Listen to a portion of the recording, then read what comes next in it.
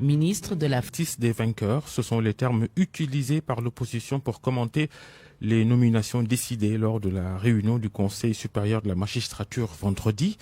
Les magistrats qui avaient envoyé en prison Ousmane Sonko et Bassirou Diomaye Faye ont été tous mutés à Tambacounda. Bonjour Olivier Boukal.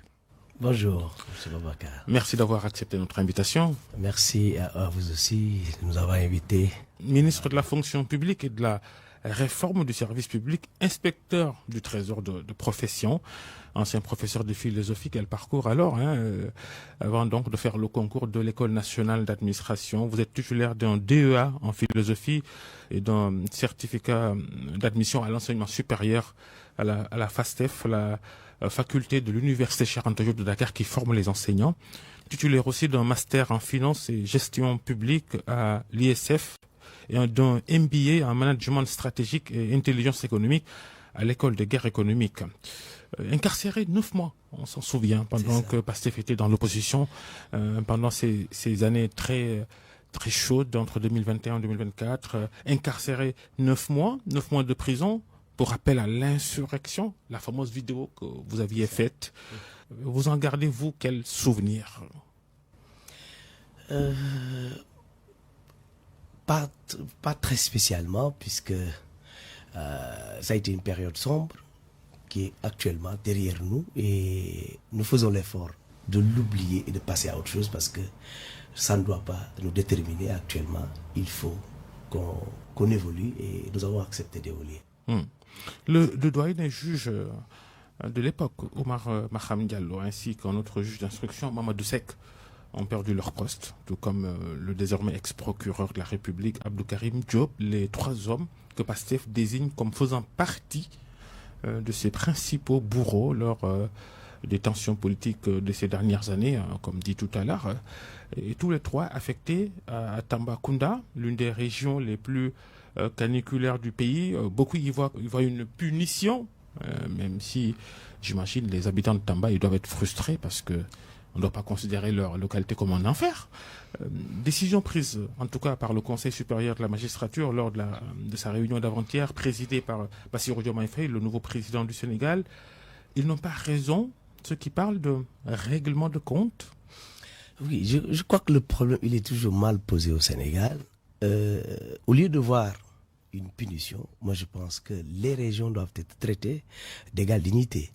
Et il faut qu'on évite surtout de stigmatiser des zones.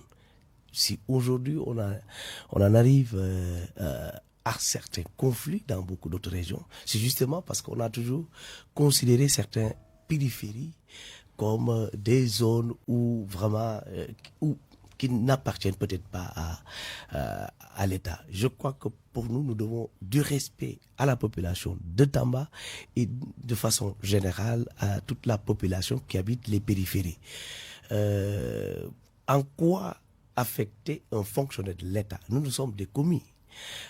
Un commis de l'État, l'affecter dans une autre région, parce que le principe, c'est la rotation. Vous ne pouvez pas servir dans un poste éternellement. Il faut aller dans toutes les contrées du pays, affecter quelqu'un dans une autre région ne signifierait pas pour moi une punition. Et que pour moi, il faut éviter de stigmatiser les gens. Et je pense que aborder le problème sous cet angle, pour moi, serait insulter les populations de Tamba et la région elle-même. Donc, il faudrait qu'on comprenne une chose. Est-ce que les gens de Tamba n'ont pas besoin réellement de ces grands magistrats-là, de renom? Parce que je crois que leurs noms sont assez connus aujourd'hui. Donc, les affecter dans cette partie du sud ou du sud-est, pour moi, est une manière donc de faire bénéficier aussi à des populations, à des Sénégalais, de l'expertise de ces gens-là. Ça, c'est la lecture ordinaire qu'on peut en faire, la lecture prosaïque, normale, pas de débat, si ce n'était que cela. Mais le président Bassirou Diomaye Faye avait révélé s'être concerté avec le Premier ministre Ousmane Sonko sur ce changement qu'on attendait dans la magistrature. Dans une déclaration rendue publique vendredi, l'APR, le parti de Macky Sall, parle d'indices graves et concordants de la prochaine chasse aux sorcières Oui à la reddition des comptes, non au règlement de comptes, dit l'ancien parti présidentiel, qui écrit aussi qu'on s'achemine vers la plus grande chasse aux sorcières de l'histoire du Sénégal. Oui, oui, la reddition des comptes fait partie intégrante de notre architecture juridique. Et ça, je crois que ça ne doit pas poser de problème pour quelqu'un. Quand tu gères les fonds publics, vous devez rendre compte. Et ça, tout le monde est d'accord que ça fait partie. Donc, est-ce que ça doit faire peur? Je ne pense pas. Maintenant, quand il parle de règlement de compte, c'est là que ça me pose un problème. En quoi des remous au niveau de la justice signifierait donc que nous acheminons vers des règlements de compte? Quel juge aurait été promis et qui, en vérité, serait peut-être quelqu'un qui est là pour aller vers la chasse aux sorcières, comme il dit. Moi, je ne pense pas. Quand on regarde ce qui s'est passé, je crois que les noms qui ont retenu les gens, c'est des gens qui ont été affectés à Tamba. Mais au-delà de ça, est-ce qu'il y a un seul juge ici à Dakar qui a été promis et qu'on puisse penser que c'est quelqu'un qui n'est pas loyal ou qui ne dégage pas certaines qualités de probité et d'intégrité? Pourquoi ces magistrats qui vous ont envoyé en prison, pourquoi eux, et de façon massive, avec une seule direction, Tambacounda? Pourquoi? Moi, je ne suis pas membre donc du conseil supérieur de la magistrature. Mais Tamba, c'est quoi? C'est une très belle région. Les gens de Tamba n'ont-ils pas besoin d'avoir ces grands noms aussi? Je crois que les fonctions de l'État doivent pouvoir bouger. Et tous ces grands noms, vous savez, même au-delà de la justice, ce phénomène-là, nous le constatons dans tous les segments de l'administration. C'est comme si les meilleurs professeurs doivent pouvoir servir à Dakar ou à côté de Dakar, à Thiès et ainsi de suite. Non, les périphéries ont besoin. Les Sénégalais des profondeurs ont besoin. Ce n'est pas forcément ça le débat. Moi, c'est comme ça que je le comprends. C'est-à-dire, ce qui se pose aujourd'hui, c'est que on a affecté des gens. Les Sénégalais se sont arrêtés sur certains noms.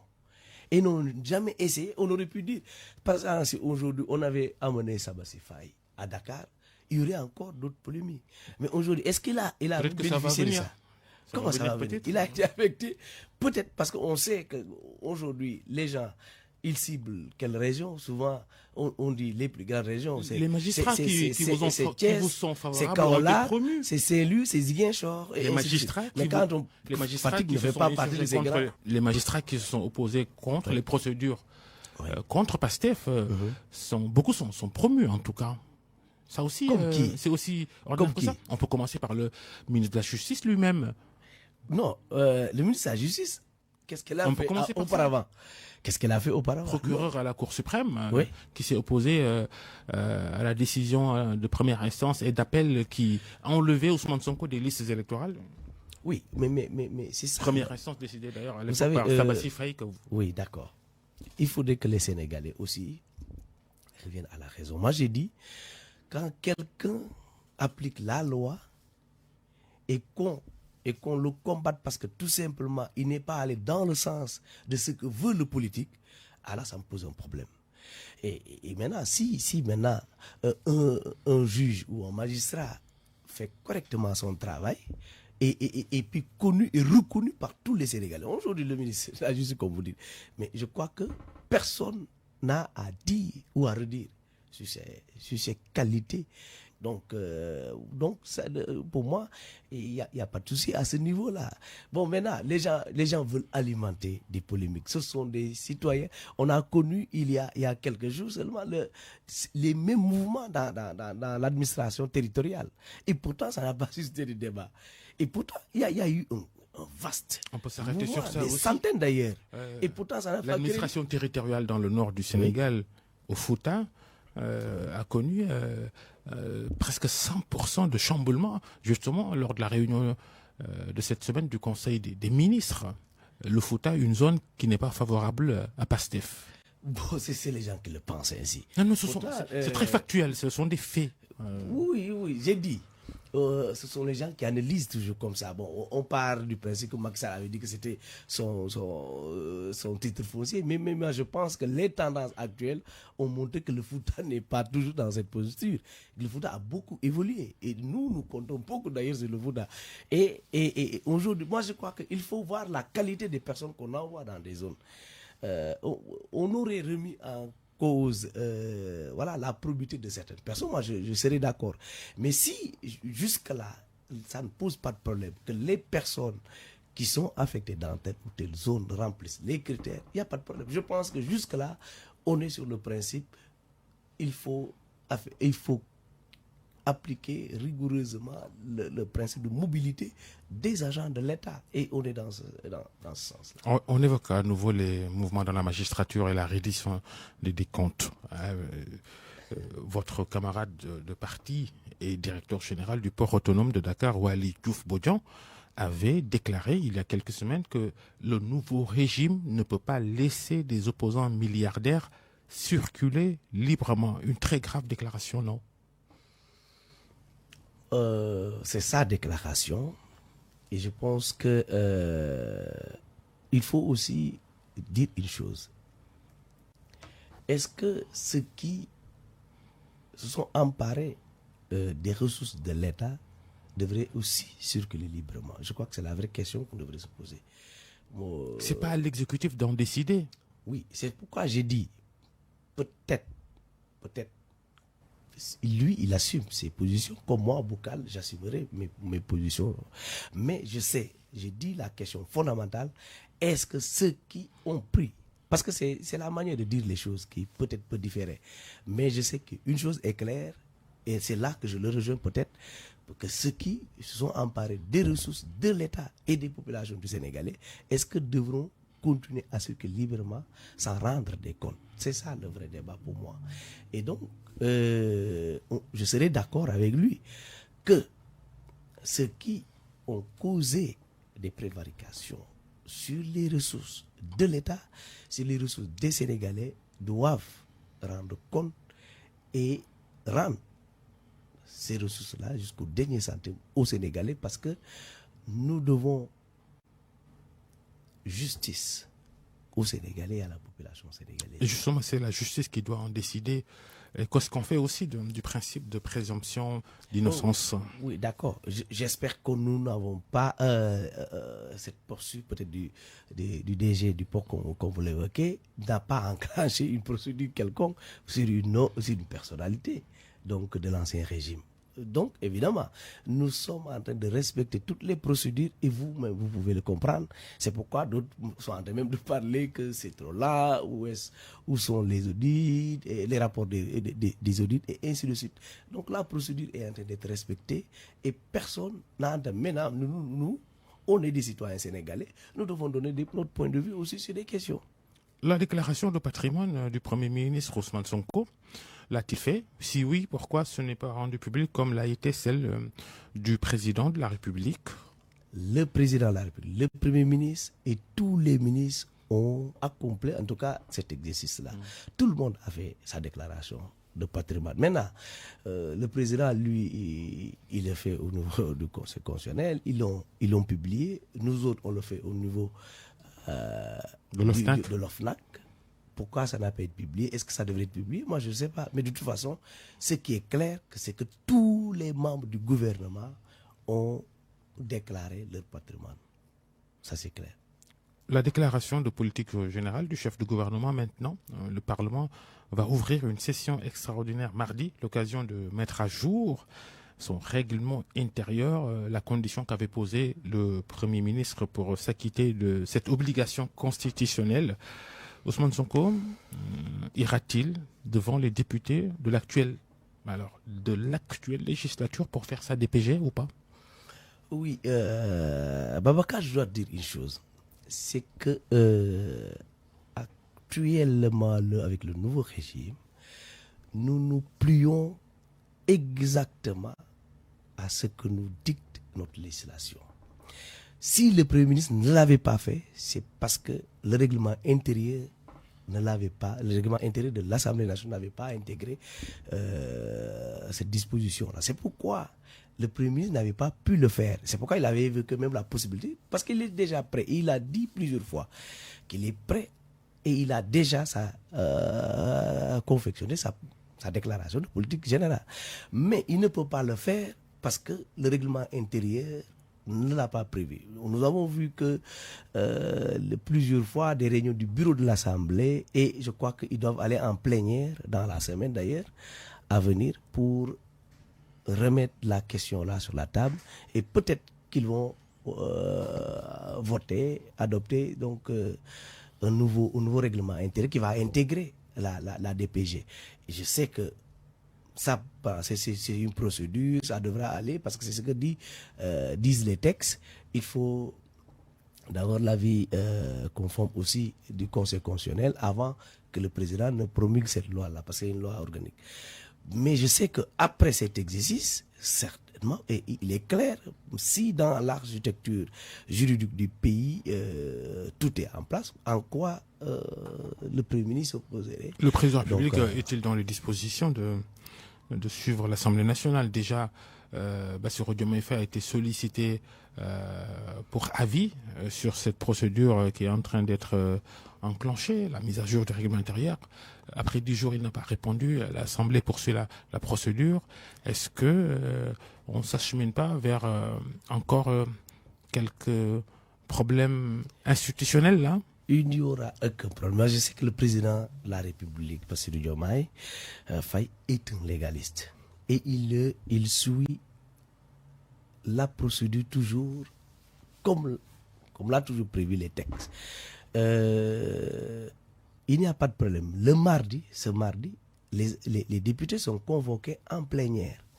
Donc, on va suivre la procédure. Et attendons pour voir ce que ça va donner. Mais je sais une chose est claire, si l'Assemblée nationale venait à adopter un nouveau règlement intérieur qui prévoit la déclaration de politique générale, évidemment le Premier ministre ira faire sa déclaration de politique générale. Bassirou Diomaye Faye va-t-il dissoudre l'Assemblée nationale? Cette décision lui revient. Je ne sais pas, dans ce secret de Dieu, je ne sais pas. Je ne peux pas répondre à cette question, mais je sais qu'une chose est claire, et ça c'est mon point de vue. Moi je pense qu'on devra revoir cette Assemblée nationale-là.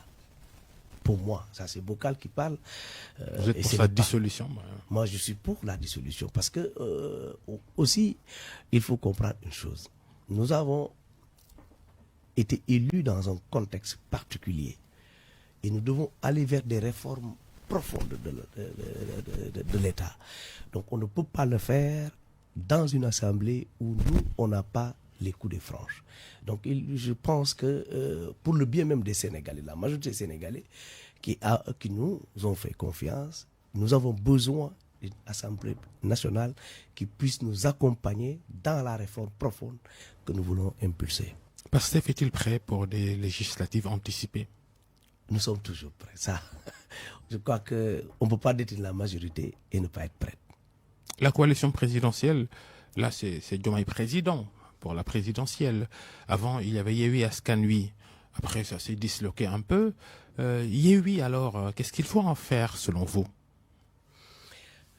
Est-ce que Yewwi existe encore même?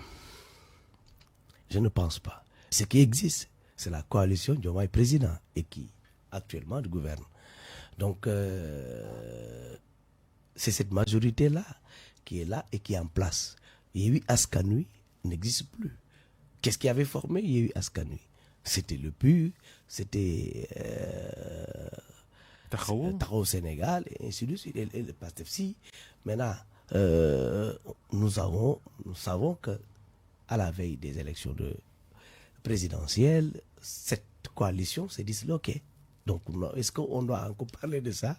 Mais il y a une nouvelle coalition qui a été mise en place et qui a porté le président Bassirou Diomaye à la magistrature suprême. C'est celle-là qui existe, et c'est sous la bannière de cette coalition que nous irons aux élections. Quelles sont les relations entre PASTEF et le PUR, qui avait son candidat à la présidentielle, qui était membre fondateur de Yewwi Askan Wi. Quels sont aujourd'hui l'état des relations entre les deux formations politiques?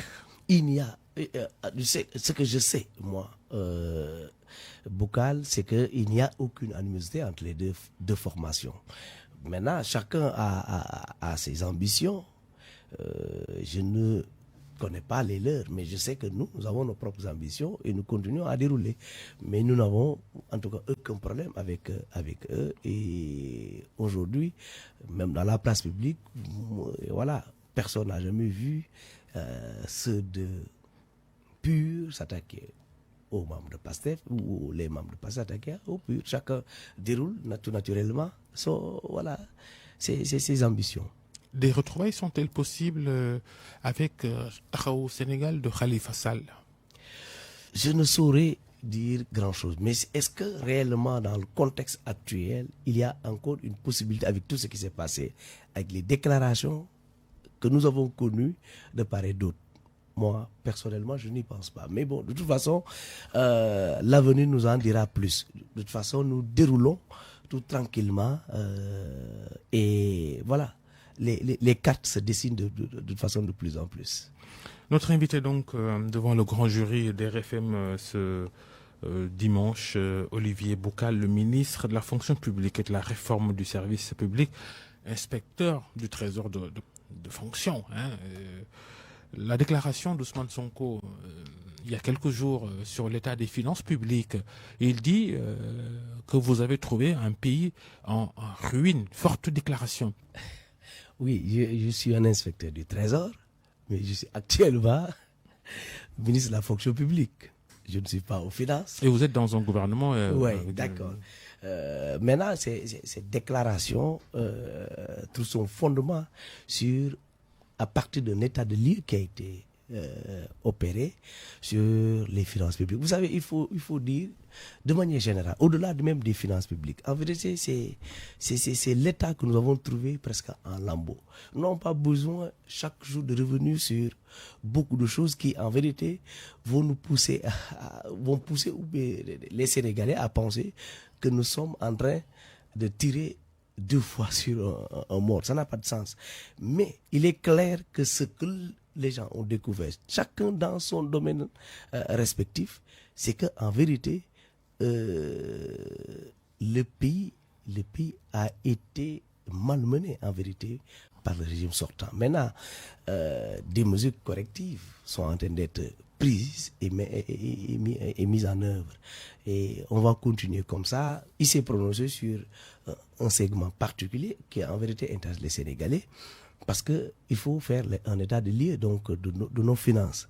Je crois que, en tout cas, beaucoup de choses sont en train d'être faites à ce niveau-là pour qu'on puisse rapidement aller vers voilà, une correction de ces finances-là.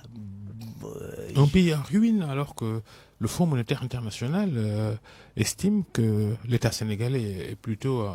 en surliquidité, en surfinancement, surtout après la levée de fonds, levée d'obligations.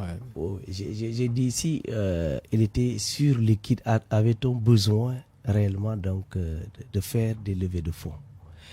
Je crois que cela montre encore une fois l'état dans lequel se situent les finances. Mais de toute façon, ce qui est clair, et peut-être le ministre des Finances pourra apporter des réponses beaucoup plus claires à ce niveau-là, mais il y a beaucoup de choses qui se passent et qui peut-être dans les jours à venir seront exposées au grand public. Mais de toute façon, ce qu'il faut savoir, c'est que nous avons trouvé un pays quelque peu déstructuré. Il faut le remettre sur les rails pour avancer. Le pouvoir d'achat le pouvoir d'achat des Sénégalais extrêmement éprouvé. Sur ce point précis, il faut dire que l'État a fait beaucoup d'efforts déjà. Nous l'avons vu qu'il a pris déjà des mesures, certes conjoncturelles, pour soulager les ménages sénégalais. Mais ce n'est pas en réalité l'option qui est prise par l'actuel gouvernement sénégalais. Parce qu'il nous faut, nous pensons que ce n'est pas par des subventions qu'on va régler en réalité le problème donc de la cherté de la vie, du coût de la vie au Sénégal. Il faut des mesures vraiment structurelles qui ne prendront effet que peut-être après plusieurs mois ou plusieurs années. Donc c'est pourquoi l'État ayant compris, le président de la République a dit qu'on ne peut pas attendre. Vraiment, le secteur primaire est en train de faire vraiment ce qu'il peut, mais le président a tenu à ce qu'on allège en tout cas le coût de la vie. C'est pourquoi il a pris déjà ces mesures conjoncturelles pour alléger. Et on sait que c'est des mesures fortes. Et il y en a beaucoup d'ailleurs pour les produits de grande consommation. Nous avons vu, l'État a dû casquer fort 53 milliards pour réduire le coût de la vie. Les mêmes mesures ont été aussi déployées dans les autres secteurs. Nous avons vu pour ce qui est de la couverture maladie universelle, des efforts ont été faits pour éponger la dette donc au niveau des structures sanitaires, donc de la CMI, pour permettre aux Sénégalais de pouvoir continuer à bénéficier en tout cas de cette politique sociale-là. Ça a été fait, 10 milliards ont été débloqués pour le secteur de l'agriculture. On a vu aussi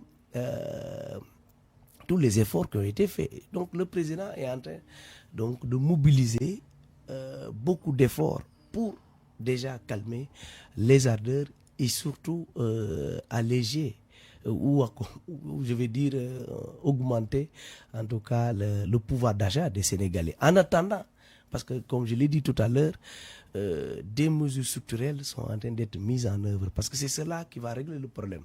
On ne saurait atteindre la souveraineté alimentaire si au préalable nous ne réglons pas la question de l'industrialisation et de la transformation en vérité de ce que nous consommons au niveau local. Donc le Sénégal s'est engagé dans des politiques en vérité autour des pôles territoires pour que l'on puisse arriver à mettre en œuvre réellement cette politique de souveraineté de notre nation.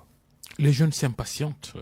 Plusieurs centaines de jeunes Sénégalais ont repris les routes de l'émigration clandestine. Il y a eu beaucoup d'accidents, beaucoup de morts. Comment l'expliquez-vous ce phénomène qui revient malgré l'alternance, malgré le gros espoir que ces jeunes ont en Pastef, en Ousmane Sonko et en Bassirou Diomaye Faye. Ils veulent tous quitter le pays, presque. Oui, vous me permettez peut-être de présenter déjà des condoléances aux familles éplorées et regretter réellement ce qui se passe. Mais il faut dire que c'est normal que les gens s'impatientent parce que on a la question de l'emploi, on sait que c'est une question très sérieuse. Le chômage est tel qu'il faut vraiment aller plus vite. Mais est-ce que on peut, en l'espace de 3 mois, régler un problème qui date donc des années? Les Sénégalais, vraiment, nous les appelons encore à être beaucoup plus patients avec ce nouveau gouvernement qui est en train de faire beaucoup d'efforts. Je sais que pour nous sommes en train de travailler avec un budget que nous n'avons pas voté et qui, en réalité, ne prennent pas en charge les priorités dégagées par le nouveau gouvernement. Nous prendrons en charge réellement en tout cas tous les pans dégagés dans la nouvelle politique qu'avec le budget à venir. Mais aujourd'hui, aucune dépense n'a pas encore été déjà été prévue par le budget. Donc, en vérité, le budget actuel ne prend pas en compte beaucoup de paramètres que promeut en tout cas le projet et qu'il faut attendre que donc le budget que nous allons mettre en place qui prendra en compte les questions que nous avons adressées aux Sénégalais. Donc ça prendra un peu de temps et les gens doivent être patients avec le gouvernement parce qu'on ne peut pas régler le problème en 3-4 mois. Mais je sais que beaucoup d'efforts sont en train d'être faits, chacun en ce qui le concerne, pour pouvoir arriver à juguler tous ces maux que nous sommes en train de traverser. Vous êtes le ministre de la fonction publique. Il est arrivé avec Abdoulaye Wade ou encore avec Macky Sall, de façon épisodique, des recrutements massifs dans la fonction publique. Est-ce que votre gouvernement, il va le faire aussi, un recrutement massif de fonctionnaires est-il prévu? Oui, le recrutement répond à beaucoup de critères. En vérité, les gens pensent que c'est, bon, quand on parle de création d'emplois, que c'est à travers le recrutement, alors que il y a plusieurs paramètres et plusieurs segments de la société sénégalaise qui interviennent, et notamment le privé et l'État. Maintenant, pour ce qui nous concerne, nous, fonction publique, c'est sur la base des expressions de besoins des différentes administrations que nous faisons le recrutement. Une administration qui n'expriment pas le besoin, on ne peut pas recruter les gens et les envoyer là-bas pour qu'ils se tournent les pouces. Maintenant, un diagnostic est en train d'être fait, un vaste audit donc des effectifs de l'État est en train d'être fait, c'est à l'issue donc de cet audit-là que l'on ira vers le reprofilage en vérité des différents postes au niveau donc des administrations. Et c'est là que l'administration nous dira qu'on aura en tout cas une grande visibilité pour aller vers un recrutement. Mais il est clair qu'on ne manquera pas de le faire. En tout cas, pour ce qui est des écoles déjà, voilà, on a déjà presque fini donc de stabiliser et beaucoup d'écoles vont aller déjà vers ils vont organiser des concours. Mais pour ce qui est du recrutement sur titre, parce que je crois que c'est de ça dont vous parlez, pour des gens, pour recruter directement à la fonction publique sans passer, c'est le personnel d'appoint. Et ça se fera à l'issue donc d'un audit qui est en train d'être fait des effectifs de l'État. Et ça, ce sera fait vraiment sur la base vraiment des expressions, des besoins des différentes administrations publiques. L'âge de la retraite, est-il envisageable qu'au Sénégal, qu'il soit allongé comme en France, même si la majorité des Français ne sont pas d'accord, n'avons pas les mêmes préoccupations, hein? Est-ce que l'âge de la retraite au Sénégal, il pourrait évoluer? C'est une question qui revient sur la table et posée souvent par les syndicalistes. Ils le posent souvent. D'autres le posent sous une forme optionnelle. Est-ce que il ne faudrait pas, voilà, si l'agent vous prolonger, s'il se sent encore ses forces et qu'on puisse continuer. Mais c'est qu'il faut dire, que ce soit optionnel. Il y en a qui le posent ainsi, certains syndicats. Nous avons engagé en tout cas certaines discussions avec les syndicats. Mais ce qu'il faut noter, à l'état actuel de la législation sénégalaise, c'est que nous partons à la retraite à 60 ans. Et cette politique, parce que nous avons une jeunesse importante qui est en attente donc de trouver un emploi. Est-ce que en rallongeant vraiment l'âge de la retraite, est-ce que ça va aider? Donc il faudra une réflexion globale, c'est ce que j'ai toujours dit en tout cas à nos partenaires sociaux, qu'il faut une réflexion globale sur ces questions-là, parce qu'il faut en même temps les arrimer avec la politique sociale, la politique de l'emploi et ainsi de suite, pour voir comment, parce que nous, les enjeux, c'est comment absorber cette jeunesse en attente donc de l'emploi. Il faut comment faire pour l'absorber, mais aussi il faut voir comment accompagner les Sénégalais vers une retraite en tout cas paisible. Et ça, ce n'est pas seulement en rallongeant l'âge de la retraite qui règle le problème. C'est quoi, même avec la valorisation des pensions, on peut déjà régler le problème. Parce que les gens, c'est l'après emploi que ça pose un problème. Mais je sais que si on a une bonne politique sur les pensions de retraite, peut-être que ça va régler le problème. Mais je crois qu'il y a... Elles vont encore être revalorisées, ces pensions? Oui, il y a aussi des études et une vaste réflexion d'ailleurs engagée au niveau donc du ministère des Finances autour de cette question-là, parce que le fonds FNR a besoin d'être repensé et ils ont déjà engagé en tout cas une réflexion autour de cette question-là. Pendant ce temps, dans le privé, c'est pas votre domaine forcément, mais dans le privé, les emplois sont menacés. Pression fiscale ou harcèlement fiscal, ce sont les termes utilisés, en tout cas ça y est là. L'exemple des médias privés au bord de la faillite, les quotidiens Stade et Sonolam ont déjà donné le ton. Oui, en suspendant leur parution. J'espère qu'on ne va pas mettre aussi cette faillite sur le dos du PASTEF. Qu'une entreprise privée fasse faillite, je ne pense pas que ce soit un problème réellement du mode de gouvernance actuel. Parce que les gens ont traîné en vérité des problèmes. Peut-être que ça a apparu sous le nouveau régime, mais il est clair qu'aucune pression fiscale n'a été exercée par le nouveau régime. Au contraire, le président, nous avons vu avec le ciment, que l'État soit obligé même de supprimer une taxe parafiscale pour alléger donc augmenter un peu et permettre aux citoyens de pouvoir acquérir beaucoup plus facilement le ciment. Et on a vu la même chose avec l'engrais et ainsi de suite. Donc l'État est pourtant en train de faire beaucoup d'efforts. Et je sais que des mesures vont venir pour en tout cas harmoniser en tout cas cette politique-là. Maintenant, les entreprises ont connu des difficultés où n'avaient jamais peut-être payé des impôts, on leur demande de payer. Ce n'est pas une pression fiscale parce que c'est une politique qu'on a trouvée, qui était là, et peut-être des ardoises qu'on a trouvées sur place et qu'on a juste demandé aux gens donc, de régler. Et je ne pense pas qu'il faudra justement les mettre sur le dos donc, du parti au pouvoir. La réforme du service public, c'est votre travail. Cette semaine, je pense que vous avez même mené une activité à Diamniadio dans ce sens. Les usagers du service public ne cessent de se plaindre sur la qualité des services. Oui, ça c'est vraiment un vrai chantier.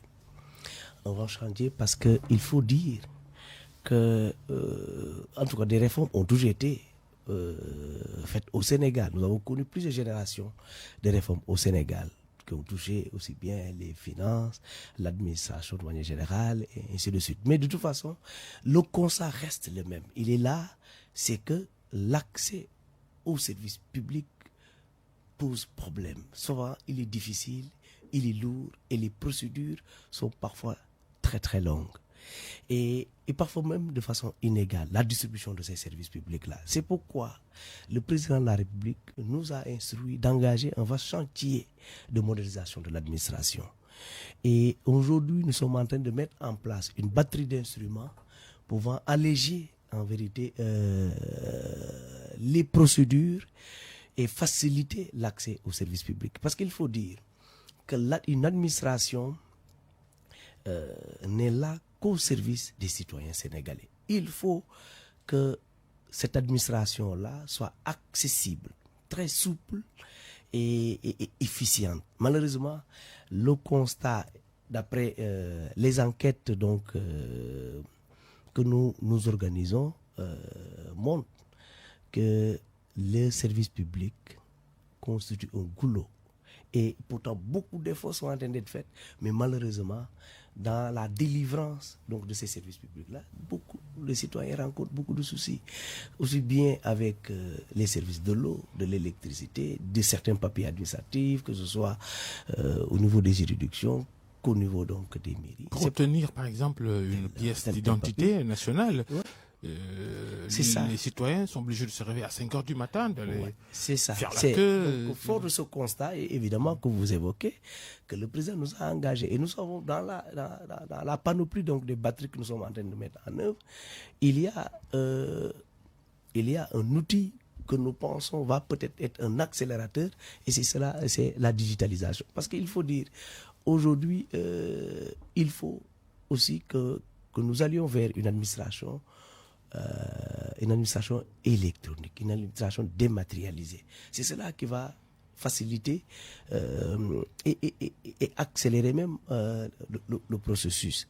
Vous savez, pour obtenir tel ou tel papier. Nous, on le voit chaque jour. Hein. Il faut mettre beaucoup de temps. On te demandera d'aller. Moi, je suis, par exemple, de Godomp. Il faut, pour avoir un petit extrait, il faut encore retourner à Godomp pour l'avoir.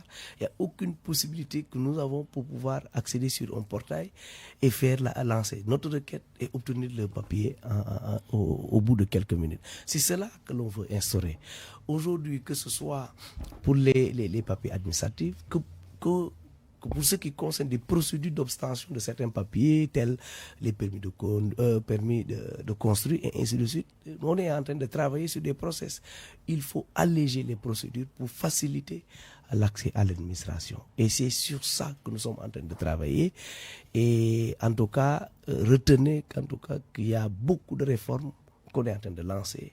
Et dans les semaines ou les mois à venir, je crois que beaucoup de choses seront facilitées pour les Sénégalais. Et nous sommes en train de le faire, notamment avec la gestion, la carrière même des fonctionnaires de manière générale. Et aujourd'hui, je crois que c'est presque un vieux souvenir, puisque nous avons un système d'alerte que nous avons et que l'agent peut voir sa carrière de bout en bout et savoir où se situe son acte et ainsi de suite, son acte d'avancement et ainsi de suite, parce que nous avons déjà implémenté et ça fonctionne déjà.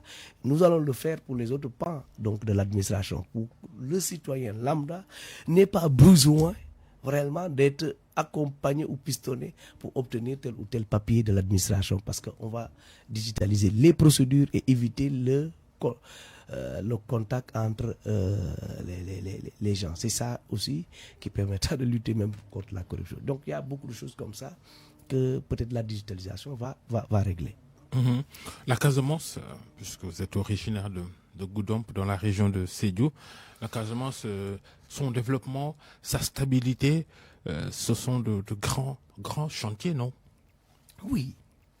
Le dernier conseil, le président est revenu largement sur la question casamançaise et a demandé à tout le gouvernement d'accompagner en vérité les populations qui sont en train donc de faire un retour massif vers les villages et les zones abandonnées.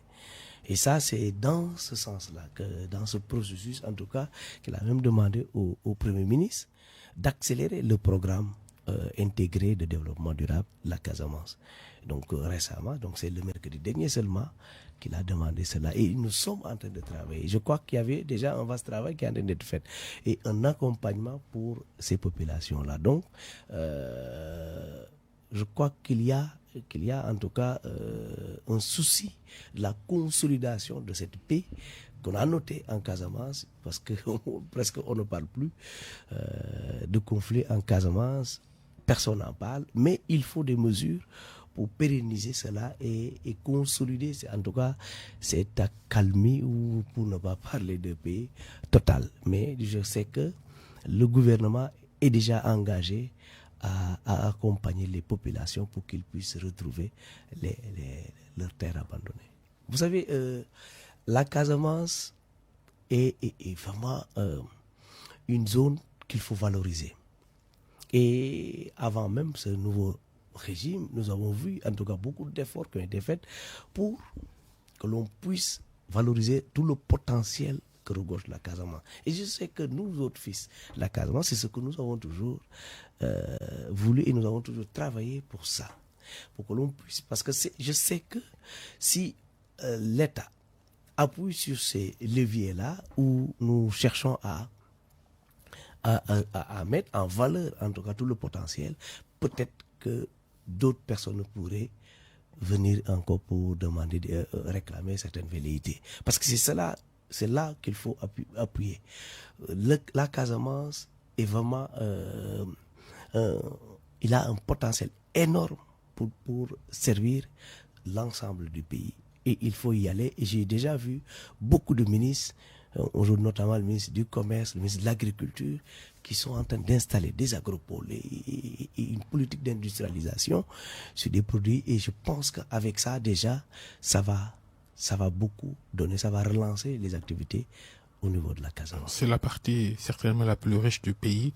La polémique du voile à l'école, soulevée par le Premier ministre Ousmane Sonko, et la réponse musclée de l'abbé André Laternière, on s'en souvient. Ensuite, le Conseil national de laïcat, l'Église qui qui insiste à faire respecter le règlement instauré dans ces écoles, les écoles privées catholiques. Quelle est votre position? Oui, moi je vais peut-être surprendre. Parce que pour moi, sur cette question-là, nous avons besoin réellement de discuter sur le dialogue interreligieux, le dialogue interreligieux, et surtout repenser notre système éducatif. C'est cela ce que moi je vois transparaître en vérité sur ce débat-là, très houleux, qui en vérité a mobilisé beaucoup de personnes, alors qu'il n'en fallait même pas. Ça montre encore une fois que les Sénégalais, peut-être, n'ont jamais réfléchi sur ces questions-là fondamentalement, et qui ont laissé subsister en tout cas beaucoup de choses. Moi, je n'irai pas dans le sens à condamner les propos de quelqu'un ici, parce que je crois qu'il ne faut pas en rajouter une couche. Parce que pour moi, la paix que nous avons connue au Sénégal, nous devons continuer à la préserver. Il y a réellement maintenant à poser les vrais débats sur ce dialogue-là. Parce que le Sénégalais, il ne faut pas qu'on oublie une chose. Nous avons une pluralité d'ethnie, une pluralité de religion et ainsi de suite. Et même de partis politiques. Le problème se situe au niveau du politique. Mais les communautés, au plan culturel, ont toujours cohabité sans problème. Au plan religieux, nous avons toujours cohabité sans problème. C'est un débat qui était derrière nous sur voilà. le Donc Premier maintenant, ministre qui pourquoi subitement... voulons-nous mon problème, c'est que pourquoi avons-nous voulu prolonger nos divergences politiques vers ces champs-là? Il y a un problème. Et vous faites allusion à quoi exactement? À André Latyr-Ndiaye? Vous pensez que sa déclaration elle est politique? En vérité, je ne pense pas qu'elle est... mais j'ai dit, on a envenimé le débat là. Avant que le prêtre là ne prenne la parole. Mais les gens ont ressassé. Des journaux, même avec vous, on a vu beaucoup de journaux, surtout la presse en ligne, qui écrit Ousmane Sonko Nena. Et on met des bouts de phrases comme ça qui entretiennent une Parce que moi, aussi. Hein. Oui, d'accord. Mais c'est pourquoi j'ai dit... Mais les Sénégalais, quand même, nous devons savoir de quel Sénégal nous voulons. Est-ce qu'avons-nous réellement besoin d'entretenir des polémiques comme ça? Nous n'avons pas besoin de ça. On a couvé des choses et on a voulu les faire ressortir. C'est pourquoi j'ai dit, nous avons besoin réellement, parfois, de mettre sur la table... C'est une grosse responsabilité des politiques que vous êtes. Ouais. Et je sais que les gens iront vers ça pour qu'on puisse repenser réellement notre rapport. Parce qu'elle ne se pose pas réellement. Et les Sénégalais ont connu quelque chose d'exceptionnel. Nous sommes une havre de paix, il faut qu'on la préserve. C'est le message que je peux dire aux gens. Au lieu de continuer à entretenir ce débat qui est très malsain pour moi, on ne doit pas le faire. C'est la même chose avec l'éducation. Doit-on respecter le règlement érigé par l'Église dans les écoles privées catholiques? Non, mais déjà, est-ce que ce problème-là même se pose? Tout le monde a toujours respecté le règlement intérieur de tout le monde. Le problème s'est posé en 2019. Après 2019, combien d'années civiles se sont écoulées? Est-ce que ce problème-là se pose encore? Le problème ne se pose même plus. A-t-on réellement besoin d'y revenir? Mais c'est pourquoi j'ai dit, non, on doit passer sur réellement ce qui devrait préoccuper les Sénégalais. Nous devons repenser notre système éducatif. En vérité, pour moi, l'éducation reste une prérogative de l'État. C'est un service public. Et ce service public-là, il peut être délivré par n'importe qui. Mais quand quelqu'un est en train de faire de l'éducation nationale, parce que ce qu'on dit, l'école privée catholique fait de l'éducation nationale. Parce qu'ils n'enseignent pas, ils ne font pas un enseignement religieux. Ce n'est pas un enseignement religieux qui est délivré là-bas. Ils s'arriment sur les programmes établis par l'État. Donc vraiment, nous devons aller dans ce sens-là, réfléchir réellement sur quel Sénégal nous voulons, au lieu de continuer à ressasser le Sénégal avec des polémiques complètement inutiles. Merci Olivier Boucal, ministre de la beaucoup. fonction publique et de la réforme du service public. Merci d'être passé devant le conjury d'RFM. À Aliou aussi, on dit merci, il était à la régie. À tous ceux qui nous ont suivis, restez avec nous. Les programmes continuent. Bonne fin de week-end à tous.